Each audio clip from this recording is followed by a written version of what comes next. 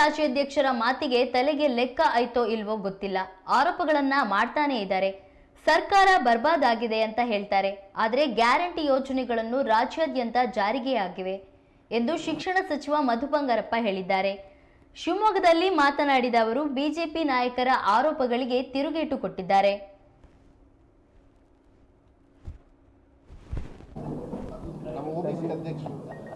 ಆದರೆ ಅಧಿಕಾರ ಬಂದಾಗ ನಾವು ಕೆಲಸ ಮಾಡಬೇಕು, ಅಧಿಕಾರ ಇದ್ದಾಗ ಹೋರಾಟ ಮಾಡಬೇಕು, ಅಧಿಕಾರ ಇದ್ದಾಗ ಕೆಲಸ ಮಾಡಬೇಕು, ಕೆಲಸ ತರಬೇಕು, ಹಣ ತರಬೇಕು.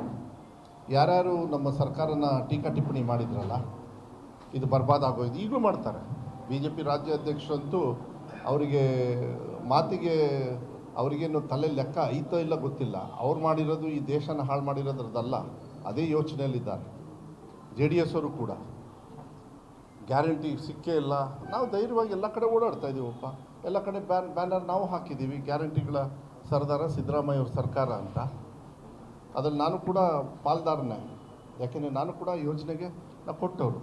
ಅದ್ರ ಜೊತೆಗೆ ಅಭಿವೃದ್ಧಿ ಬಹಳ ಮುಖ್ಯ ಆಗ್ತದೆ. ಬೇರೆ ಬೇರೆ ಕಾರ್ಯಗಳನ್ನು ತಗೊಳ್ಬೇಕಾಗ್ತದೆ. ಯಾರು ಅಭಿವೃದ್ಧಿ ಹರಿಕಾರರು ಅಂತೇಳಿ ಪಕ್ಷಡೆ ಭಾಷಣ ಮಾಡ್ಕೊಂಡು ಹೋಗ್ತಾಯಿದ್ರು, ಗ್ಯಾರಂಟಿಗಳನ್ನು ಕೊಟ್ಟು ಯಾವ ಯೋಜನೆಗಳನ್ನು ನಿಲ್ಲಿಸಿದ್ರು, ಅದೆಲ್ಲದೂ ಕೂಡ ಇವತ್ತು ನಾವು ಕೊಡ್ತಾ ಇದ್ದೀವಿ. ಆದರೆ ಅಧಿಕಾರ ಬಂದಾಗ ನಾವು ಕೆಲಸ ಮಾಡಬೇಕು, ಅಧಿಕಾರ ಇದ್ದಾಗ ಹೋರಾಟ ಮಾಡಬೇಕು, ಅಧಿಕಾರ ಇದ್ದಾಗ ಕೆಲಸ ಮಾಡಬೇಕು, ಕೆಲಸ ತರಬೇಕು, ಹಣ ತರಬೇಕು.